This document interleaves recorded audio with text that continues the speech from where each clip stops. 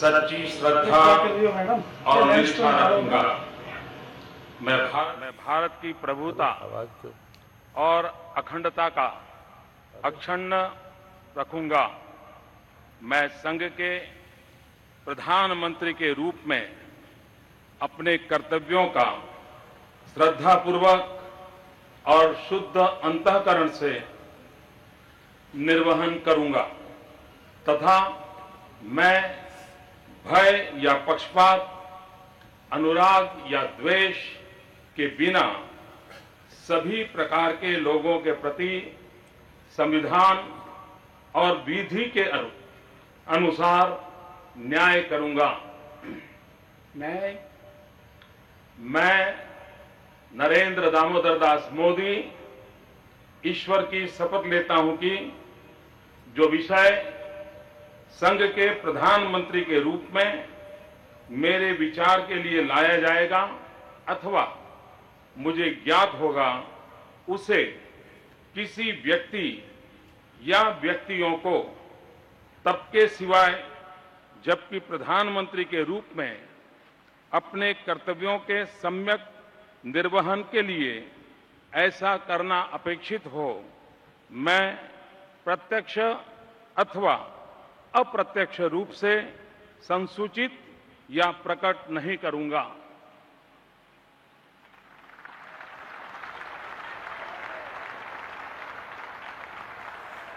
वैसे नरेंद्र मोदी को शपथ लेने का अनुभव तो मुख्यमंत्री के तौर पर भी 4 बार हो चुका है, इसलिए उनके उस आत्मविश्वास साफ नजर आया, साफ दिख रहा था। हालांकि उनकी बॉडी लैंग्वेज ही बहुत कुछ बोलती है, क्यों समझ? हाँ, अवश्य। हाँ, उनकी चाल ढाल, इधर उधर जब देखते हैं बगैर मौन करे, जब उनका अप्रोच कार्यकर्ता जैसा होता है। उनके सीने पे तिरंगा लगा हुआ है। शायद ही देश के कोई प्रधानमंत्री ऐसी संकेतों की भाषा बोलते हो, लेकिन ये आम कार्यकर्ता की जो संकेतों की भाषा होती है उसको भी बोलते हैं। घटना दिखने में छोटी होती है, लेकिन वो कई करोड़ लोगों पर प्रभाव छोड़ के जाती है।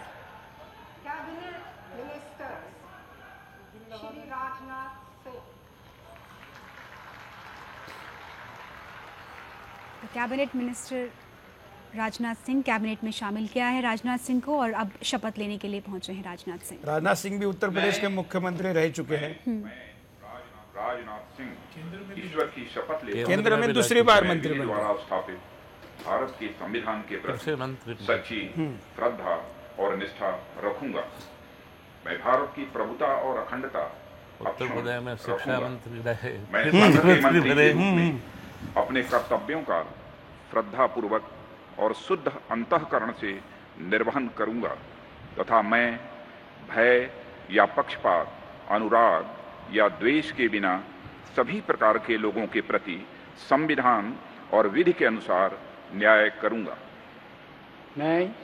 मैं राजनाथ सिंह ईश्वर की शपथ लेता हूं कि जो विषय संघ के मंत्री के रूप में मेरे विचार के लिए लाया जाएगा अथवा मुझे ज्ञात होगा, उसे किसी व्यक्ति या व्यक्तियों को तब के सिवाय जबकि ऐसे मंत्री के रूप में अपने कर्तव्यों के सम्यक निर्वहन के लिए ऐसा करना अपेक्षित हो, मैं प्रत्यक्ष अथवा अप्रत्यक्ष रूप से संसूचित या प्रकट नहीं करूंगा।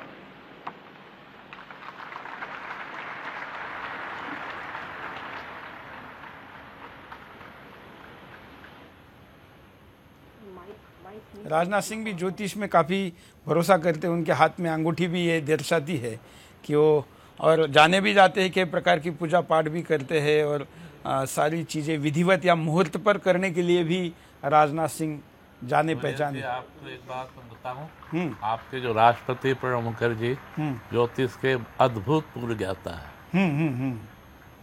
तो ये बड़ा अच्छा मेल है कि राष्ट्रपति भी पूरा भरोसा धर्म पे रखते हैं।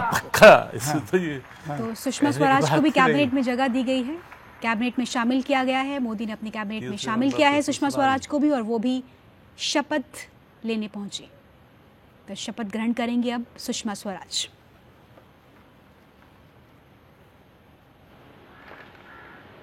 मैं सुषमा स्वराज ईश्वर की शपथ लेती हूँ कि मैं विधि द्वारा स्थापित भारत के संविधान के प्रति सच्ची श्रद्धा और निष्ठा रखूंगी। मैं भारत की प्रभुता और अखंडता अक्षुण्ण रखूंगी। मैं संघ के मंत्री के रूप में अपने कर्तव्यों का श्रद्धापूर्वक और शुद्ध अंतःकरण से निर्वहन करूंगी तथा मैं भय या पक्षपात, अनुराग या द्वेष के बिना सभी प्रकार के लोगों के प्रति संविधान और विधि के अनुसार न्याय करूंगी। मैं सुषमा स्वराज ईश्वर की शपथ लेती हूँ कि जो विषय संघ के मंत्री के रूप में मेरे विचार के लिए लाया जाएगा अथवा मुझे ज्ञात होगा, उसे किसी व्यक्ति या व्यक्तियों को तब के सिवाय जबकि ऐसे मंत्री के रूप में अपने कर्तव्यों के सम्यक निर्वहन के लिए ऐसा करना अपेक्षित हो, मैं प्रत्यक्ष अथवा अप्रत्यक्ष रूप से संसूचित या प्रकट नहीं करूंगी।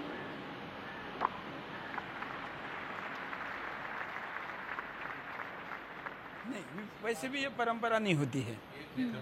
केवल प्रधानमंत्री के तौर पर बोला जाता है कि उसके बाद। और मैं आपको बता दूं कि अगले 10-15 मिनट पे प्रधानमंत्री कार्यालय के वेबसाइट पर विभाग भी आ जाएंगे।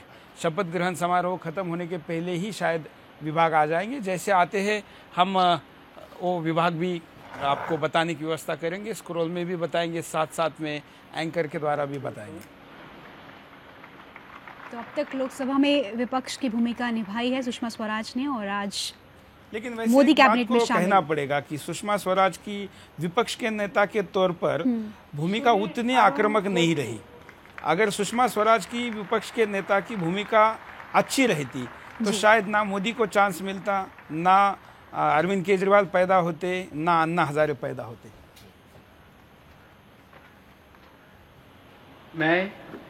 मैं अरुण जेटली ईश्वर की शपथ लेता हूं कि मैं विधि द्वारा स्थापित भारत के संविधान के प्रति सच्ची श्रद्धा और निष्ठा रखूंगा।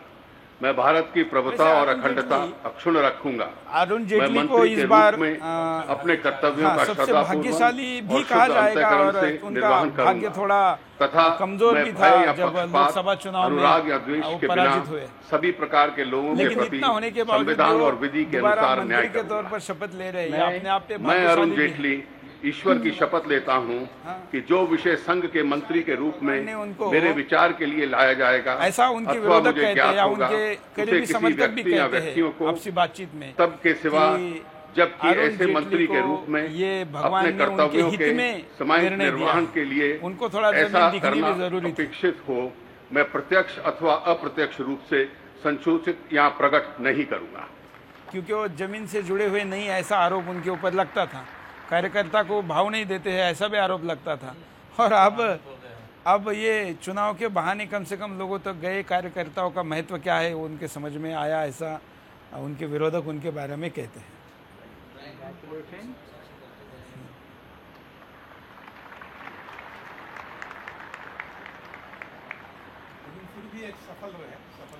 हाँ वो ठीक है, हम विश्लेषण करने बैठे हैं तो सारे एंगल्स का करेंगे इसलिए। हाँ, ये ज्येष्ठता के आधार पर वेंकैया नायडू का नंबर इसलिए भी लगा है क्योंकि ये पूर्व में पार्टी के अध्यक्ष रहे हैं। दक्षिण भारत में पार्टी ने इस बार अनुरूप में ठीक प्रदर्शन किया है। I M Venkaiah Naidu do swear in the name of the God that I will bear true faith and allegiance to the Constitution of India as by law established, that I will uphold Advani ji के बहुत करीबी माने जाते हैं। जब आडवाणी जी कहीं पर भी नहीं है तो उसका कुछ फायदा तो इनको मिलना भी है, इसलिए भी उनकी ज्येष्ठता को शायद थोड़ा बढ़ाया गया हो। In accordance with the Constitution and the law, चंद्र बाबू को वापस एनडीए से जोड़ने में इनकी भूमिका भी रही है। चंद्र बाबू जुड़े रहे। M Venkaiah Naidu do swear in the name of God that I will not directly or indirectly communicate or reveal to any person or persons any matter which shall be brought under my consideration or shall become known to me as a minister for the Union, except as may be required for the due discharge of my duties as such minister.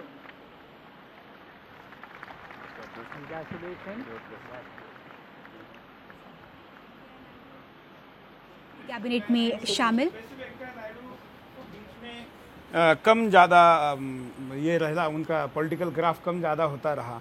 क्या एक समय में तो आंध्र प्रदेश के विधानसभा में विपक्ष के नेता भी रह चुके हैं, भाजपा के चेहरा थे, लेकिन केंद्र में पॉलिटिक्स में आने के बाद आंध्र प्रदेश में बीजेपी उतनी पावरफुल नहीं हो पाई, इसलिए उनको भी उतना महत्व नहीं मिल पाया। लेकिन अब आडवाणी जी जा रहे हैं। जयराम गडकरी। हाँ, नितिन गडकरी भाजपा के अध्यक्ष थे, मंत्री पद की शपथ लेने पहुंच गए हैं। मैं नितिन जयराम गडकरी ईश्वर की शपथ लेता हूं कि मैं विधि द्वारा स्थापित भारत के संविधान के प्रति सच्ची श्रद्धा और निष्ठा रखूंगा। मैं भारत की प्रभुता और अखंडता का अक्षुण्य रखूंगा।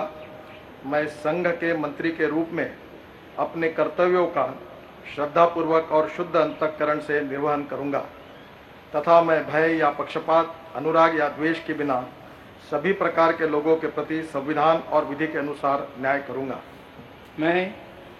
मैं नितिन जयराम गडकरी ईश्वर की शपथ लेता हूं कि जो विषय संघ के मंत्री के रूप में मेरे विचार के लिए लाया जाएगा अथवा मुझे ज्ञात होगा, उसी किसी व्यक्ति या व्यक्तियों को तब के सिवा जबकि ऐसे मंत्री के रूप में अपने कर्तव्यों के सम्यक निर्वहन के लिए ऐसा करना अपेक्षित हो, मैं प्रत्यक्ष अथवा अप्रत्यक्ष रूप से संसूचित या प्रकट नहीं करूंगा।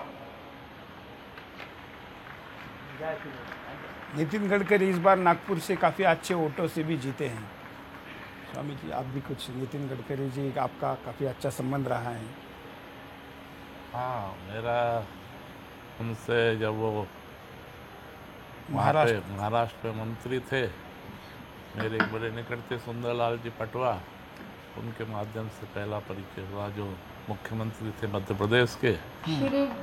व्यक्ति निष्कपट है, स्पष्टवादी है, साहसी है, और उस व्यक्ति ने एक छोटी सी संस्था से एक इतनी व्यापक खड़ी कर दी। Sadananda Gowda do swear in the name of God that I will bear true faith and allegiance to the Constitution of India as by law established, that I will uphold the Karnataka में बीजेपी का चेहरा रह चुके हैं, मुख्यमंत्री थे ना, तो Sadanand discharge my duties as Minister for Union and that I will do right to all manner of people in accordance with the Constitution and the law without fear or favor, affection or ill will. I, D.V. Sadananda Gowda, do swear in the name of God that I will not directly or indirectly communicate or reveal to any person or persons any matter which shall be my consideration or shall become अभी known to शपथ me तो होती रहेगी, as a लोगों के minister नाम for आएंगे, वो the भी हम union आपको बताएंगे। and साथ साथ में अपन थोड़ी चर्चा भी कर लेते हैं, क्योंकि अब तो एक जैसा ही फॉर्मेट पूरे कार्यक्रम का अगले घंटे तक रहने वाला है। तो जब नाम घोषित हो तो कंट्रोल रूम उसको जरा बड़ा सुनाए और बाकी हम लोग भी साथ में चर्चा करते रहेंगे। ठीक है, जहाँ आए नए व्यक्ति तब नाम बढ़ा। तो देवी, ये सदानंद गौड़ा जो है, देवी गौड़ा मेरे मुंह से निकला। देखिए, वो जैसे मेरे मुंह से अचानक निकला, वैसे वो अचानक भारत के राजनीति में आए थे। मतलब कहीं से लग नहीं रहा था कि वो प्रधानमंत्री बन सकते हैं, लेकिन वो भी बन गए थे। तो क्या स्वामी जी, राजनीति में इस प्रकार से लक भी बड़ा फैक्टर होता है क्या, जैसे देवी गौड़ा का रहा था? नहीं, देवी गौड़ा से तो ज्यादा मैं ये कहूँ, समझे, कई और लोग भी ऐसे अचानक आए भारत की राजनीति। मैं उमा भारती ईश्वर की शपथ लेती हूँ कि मैं विधि द्वारा स्थापित भारत के संविधान के प्रति सच्ची श्रद्धा और निष्ठा रखूंगी। मैं भारत की प्रभुता और अखंडता अक्षुण्ण रखूंगी। मैं संघ के मंत्री के रूप में अपने कर्तव्यों का श्रद्धापूर्वक और शुद्ध अंतःकरण से निर्वहन करूंगी। और पुरुषार्थ चाहिए, वहाँ भाग्य भी साथ देना चाहिए। कई लोग कर्म और पुरुषार्थ करते, भाग्य साथ नहीं देता, वो रह जाते हैं। और कई लोग कर्म पुरुषार्थ नहीं करे और भाग्य इतना शक्तिशाली होता है, कहाँ से कहाँ। अभी आपके महाराष्ट्र से कभी किसी ने कल्पना की थी प्रतिभा पाटिल भारत राष्ट्रपति बनेगी? कहीं नाम था उसके उस समय? नहीं था। हाँ, नहीं था। लोग चर्चा कर रहे थे वापस, क्या वो जो पहले राष्ट्रपति थे, हाँ, एपीजे अब्दुल कलाम। हाँ, एपीजे अब्दुल कलाम, जबकि पात्रता में वो सबसे ज्यादा थे। हाँ, सब रह गए धरे। अचानक वो आ गई, क्योंकि सनी उसका बलवान था। अब ये शनि की बात करें स्वामी जी, ये जो नाम भी एक ऐसा स्क्रीन पे दिख रहा है जो उमा भारती है, करीब करीब मुझे लगता है 7.5 साल हुए होंगे। ये 7.5 इसलिए कह रहा हूँ मैं कि 7.5 ही कही जाती है। 7.5 में तो हो गई। हाँ, मतलब मुख्यमंत्री थी। हाँ। और उन्होंने स्पॉन्टेनियस रिजाइन किया था खुद के पॉलिटिकल ग्रोथ को बढ़ाने के लिए। मुख्यमंत्री भी साथ में नहीं रही। हाँ हाँ फिर आगे से और उसको हुबली में तिरंगा फैलाने के लिए जो उनके ऊपर केस बना था उससे उन्होंने रिजाइन किया था। तब भारत के राजनीति में कोई एफआईआर होने पर रिजाइन करने का दौर आ रहा था और लाभ के पद पर रहते हुए कौन अब ये नजमा हिप्तुल्लाह। हम उमा भारती की बात थोड़ी कर लेते हैं कि उमा भारती का राजनीतिक ग्राफ कितना नीचे गया था कि उसको विधानसभा में भी वो पराजित हो गई उसी राज्य से जिस राज्य की वो कभी मुख्यमंत्री रही है। पार्टी पार्टी बनाई, हाँ, पार्टी बनाई हाँ, और पार्टी में भी सफलता नहीं मिली। Najma Akbar Ali Hiptullah, do swear in the name of God that I will bear true faith and allegiance to the Constitution. ये भाजपा के अभी मुस्लिम चेहरा रहेगी और शाहनवाज हुसैन के पराजित होने के कारण इनको अच्छा मौका मिला। ये शायद ये भी सिया है क्या? ये सिया मुस्लिम है? नहीं तो सुनिए, बहुत बड़े परिवार से इनके पिताजी ये राष्ट्रपति थे। नहीं क्योंकि मुझे जानकारी नहीं थी। ये पाकिस्तान में जो बने थे विभाजन कराया था जिन्ना उस परिवार से एक शाखा ये भी कांग्रेस छोड़ के आई थी। 3 बार कांग्रेस से राज्यसभा रही, चौथी बार कांग्रेस ने नहीं दिया तो फिर भाजपा में आई, भाजपा ने राज्यसभा में दिया। 8 वर्ष वाइस चेयरमैन रही राज्यसभा की। 8 वर्ष रही। 8 वर्ष अच्छा, ये राज्यसभा में जब 3 टर्म थी ना वहाँ जब ये उपाध्यक्ष थी राज्यसभा में, डिप्टी चेयरमैन वहाँ चेयरमैन कहते हैं, तो तभी से ये वाजपेयी के संपर्क में आई थी। ऐसा नहीं कि इसको नहीं दिया तब ये बीजेपी में आई। एक्चुअली इसने पहले ही मन बना लिया था वाजपेयी का परफॉर्मेंस और बाकी चीजें देख के, या ये थोड़ी स्वाभिमानी औरत भी है, तो जिस प्रकार से सोनिया गांधी का सब कुछ हो रहा था इसको शायद मैं इनको अच्छी तरह जानता हूँ। ये बड़ी राष्ट्रवादी विचारों की है, कभी सांप्रदायिकता में नहीं जाती है और न उस तरह की राजनीति करती है। पर ये जो आप बोले वो स्वाभिमान बहुत है इससे। हाँ, तो इसलिए वो सोनिया गांधी के साथ एडजस्ट नहीं कर पाई। सोनिया गांधी ने जरा सी बात कुछ ऐसी कह दी, उसी टाइम उसी दिन इसने छोड़ दिया। और वाजपेयी से जो आप जैसे कहा परिचय था, वाजपेयी जी ने उठा लिया, उठा के वसुंधरा से कहे कि राजस्थान से राज्यसभा दे दी। मैं गोपीनाथ मुंडे ईश्वर की शपथ लेता हूं कि मैं विधि द्वारा स्थापित भारत के संविधान। गोपीनाथ मुंडे महाराष्ट्र के उप मुख्यमंत्री रह चुके हैं, गृह मंत्री रह चुके हैं। विपक्ष का नेता कैसे होता है इसका उदाहरण अगर किसी ने राज्य में सबसे अच्छा प्रस्तुत किया होगा तो गोपीनाथ मुंडे ने किया है। इन्होंने शरद पवार के लिए ऐसी विपक्ष के नेता की भूमिका निभाई, तो इन्होंने महाराष्ट्र में सत्ता परिवर्तन का हीरो तब के ये थे। और भले शिवसेना का वहाँ जूनियर पार्टनर बीजेपी था, लेकिन गोपीनाथ मुंडे का कर्तृत्व या उनका व्यक्तित्व इतना बड़ा हो गया था कि वहाँ तब के मुख्यमंत्री जो थे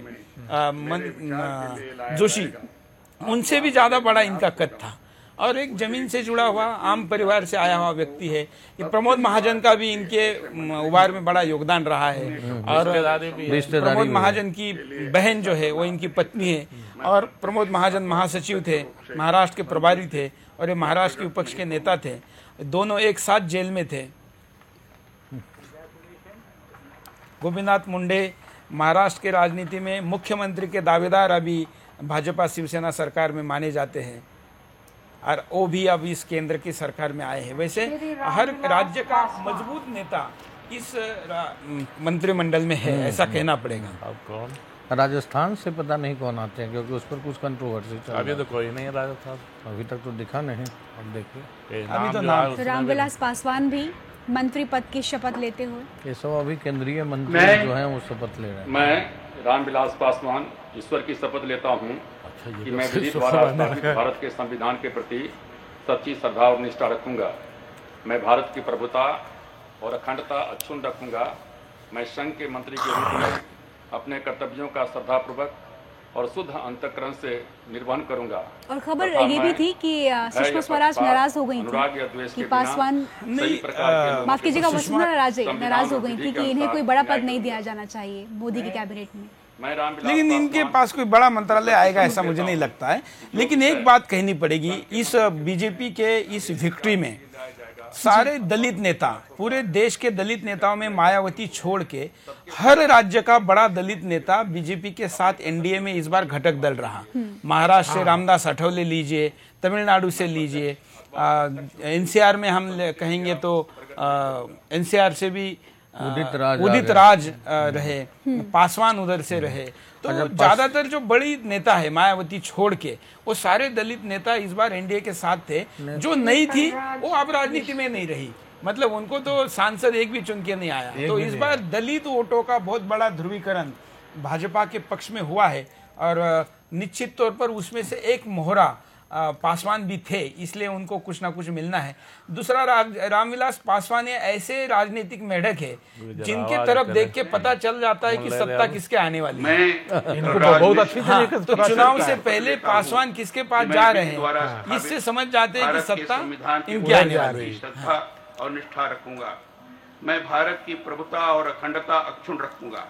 मैं संघ के मंत्री ये एक उत्तर प्रदेश का भाजपा का ब्राह्मण चेहरे के तौर पर इनको लिया जा रहा है। इनका विजय बड़ा मुश्किल लग रहा था, लेकिन पूर्व उत्तर प्रदेश से चुनाव में खड़े थे और मोदी के हवा में स्वाभाविक तौर पर ये जीत के आ गए। सुरेश जी, रामविलास पासवान जी को इसलिए भी रखना जरूरी है कि आने वाले समय में फिर नीतीश कुमार और लालू यादव एक साथ आ रहे हैं, तो उनको मात देनी है तो दलित वोट बैंक को और अति पिछड़े को साथ लेकर चलना पड़ेगा। तो इसलिए भी रामविलास पासवान जी को रहना वहाँ। प्रतिभा पाटिल है स्क्रीन पर, हम प्रतिभा पाटिल उनके पति और उनको भी देख रहे हैं। वहाँ बैठे बैठे प्रतिभा पाटिल ने कोई चिट्ठी दे दी लगता है सोनिया जी को। सोनिया गांधी बगल में बैठी है, क्योंकि अब उनका भी मिलना शायद आपस में होता नहीं होगा। अच्छा, ये क्या इत्तेफाक है कि जिन लोगों ने मोदी जी का विरोध किया, अब देखिए मोदी जी की ताजपोशी अभी हो रही है, लेकिन इससे पहले ही नीतीश जी को शासन छोड़ना पड़ा, मुख्यमंत्री का पद छोड़ना पड़ा और अरविंद केजरीवाल जेल में है। मतलब ये एक ऐसी विडंबना है। ये क्यों कह रहे? रामविलास पासवान ने वाजपेयी मंत्रिमंडल से त्याग पत्र दिया मोदी जी को लेके। हाँ, और अभी वही मोदी के नेतृत्व में कैबिनेट में मंत्री, लेकिन अभी साथ हो गए थे इसमें। ये संयोग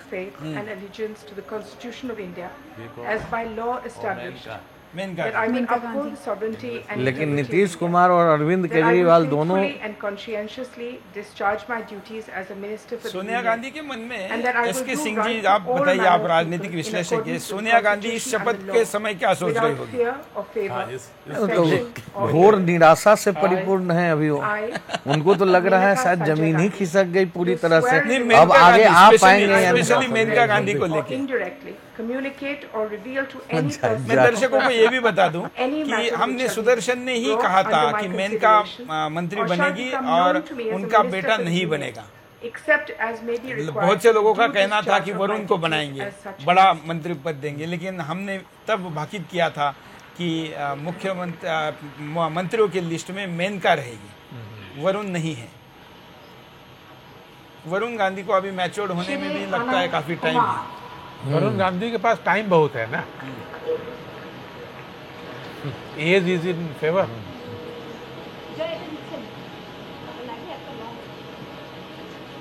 मेनका गांधी पश्चिमी प्राणी, इसकी ज्यादा। मैं अनंत कुमार ईश्वर की शपथ लेता हूं कि मैं विधि द्वारा स्थापित भारत के संविधान के प्रति आनंद कुमार की एक बात को मानना पड़ेगा कि आनंद कुमार की विक्ट्री इस बार बड़ी मुश्किल लग रही थी। आनंद कुमार के खिलाफ भारत के संभावित प्रधानमंत्री के उम्मीदवार नीलेकनी थे। ऐसा कहा जाता है कि विदेशी शक्तियों का चलता तो दोबारा मनमोहन जैसा ही कोई एक पपेट यहाँ पर बैठ सकता था और उस पपेट का नाम नंदन नीलेकनी हो सकता था। तो नंदन नीलेकनी की जगह पर बड़ा टफ था इनके लिए, लेकिन ये वहां से जीत के आए, तो इनका जमीनी भी होना एक बात है। दूसरा, ये भाजपा के अध्यक्ष भी बनने के दौर में थे, पुराने भी है, महासचिव लंबे समय से रहे हैं, लेकिन बीजेपी ने देखा कि अगर यहाँ से आनंद कुमार को कैबिनेट में नहीं लेंगे तो फिर वहाँ राज्य में संतुलन बनाने के लिए शायद समस्या आएगी, इसलिए राज्य के नेता के तौर पर येदियुरप्पा को ही रखा गया, इसलिए उनको कैबिनेट में नहीं लिया गया है और इनको रखा गया है, तो ये भी संतुलन बनाया गया है। और आनंद कुमार वैसे के खास व्यक्ति को कैबिनेट में ले लिया ना, गौड़ा को, गौड़ा को, सदानंद गौड़ा। दूसरा आप देखिए, इन्होंने भी भगवा पट्टा पहना हुआ है शपथ लेते समय। आज के अभी तक के मंत्रियों में भगवा पट्टा गले में डालकर केवल आनंद कुमार ने शपथ लिया है। ये भी एक कार्यकर्ता में मैसेज जाने वाली बात है। मैं रविशंकर प्रसाद ईश्वर की शपथ लेता हूँ कि मैं विधि द्वारा स्थापित भारत के संविधान के प्रति सच्ची श्रद्धा और निष्ठा रखूंगा। मैं भारत की प्रभुता और अखंडता अक्षुण्ण रखूंगा। मैं संघ के मंत्री के रूप में अपने कर्तव्यों का श्रद्धापूर्वक और शुद्ध अंतःकरण से निर्वहन करूंगा तथा मैं भय या पक्षपात, अनुराग या द्वेष के बिना सभी प्रकार के लोगों के प्रति संविधान और विधि के अनुसार न्याय करूंगा। मैं रविशंकर प्रसाद ईश्वर की शपथ लेता हूं कि जो विषय संघ के मंत्री के रूप में मेरे विचार के लिए लाया जाएगा, रविशंकर प्रसाद भी एक ऐसे मंत्री है जिनका राजनीतिक भविष्य बड़ा अच्छा है, युवा है तुलना में, बाकी लोगों के तुलना में, और इनके आइडियोलॉजिकली ये बड़े फिट है। संघ की विचारधारा अपने मंत्रालय इन कामकाज से कैसे उतारी जा सकती है जमीन पर, इसके लिए जाने जाते हैं और डायनामिक है, प्रोफेशनली सक्सेस है, इनकी प्रैक्टिस भी बड़ी अच्छी चलती है। इनके पिताजी संघ के स्तंभ रहे हैं बिहार में, ठाकुर प्रसाद जी थे, ठाकुर प्रसाद उनका नाम जी, और आडवाणी जी, और जब वाजपेयी जी जाते थे तो इन्हीं के घर पर रहते थे, इन्हीं के घर पे रहते थे। तो बैकग्राउंड भी इनका संघ का है, और साथ साथ में इनका पिछले मंत्रालय में कामकाज भी ठीक ठाक रहा है, उपनेता भी है इस बार राज्यसभा में भाजपा के, तो इनके पास भी अच्छे मंत्रालय आने की संभावना है। I do swear in the name of God. Please tell your name. Tell your name. Oh, I, Ashok Gajpati Raju Pusapati, do swear in the name of Andhra Pradesh से हैं, that I will bear true faith and allegiance. हाँ, TDP के हैं, चंद्रबाबू नायडू की तरफ से। अभी आए, पहले कांग्रेस में थे। अच्छा, ये क्या पुराने राजनीतिक है? ये तो विजयनगरम महाराज फैमिली से है ना, विजयनगरम। अच्छा, विजयनगरम महाराज फैमिली से है। Minister for the union. अच्छा अच्छा। And that I will do right to all manner of people in accordance. कैसे व्यक्ति हैं? बहुत है ना, फर्स्ट क्लास, शरीफ आदमी। विजयनगर साम्राज्य तो अपना ही साम्राज्य रहा। आई अशोक गजपति राजू पुष्पाटी। तो ये जब कांग्रेस में थे तब किसी मंत्री पद पे या किसी ऐसे बड़े पद पे रहे हैं क्या? नहीं, एमपी रहे हैं। तो टीडीपी में पहली बार आए और टीडीपी के एकमात्र एमपी मिनिस्टर की जगह भी निकली। को देखा था, टीडीपी को देखना था उधर विशाखापट्टनम, वैजाग वगैरह में अपने लोग जिताने थे, तो इसलिए उन्होंने इसे लिया। ये सीमांध्र क्षेत्र से है। हाँ, 4 लोग इसके कारण जीते हैं। विजयनगर अपने आप में एक बड़ा साम्राज्य रहा, ऐसा साम्राज्य जिसके बारे में भारत को स्वाभिमान होना चाहिए। उसको जीतना भी मुगलों के लिए मतलब सबसे बड़ा संघर्ष का समय रहा। इसलिए विजयनगर साम्राज्य के प्रतिनिधि अगर है तो अच्छी बात है, और चंद्रबाबू नायडू ने ऐसे व्यक्ति को अपना चुना है तो ये भी अच्छी बात है। वैसे चंद्रबाबू नायडू में भी कुछ बदलाव आए हैं, जो पहले बहुत ही मुस्लिम वोटरों की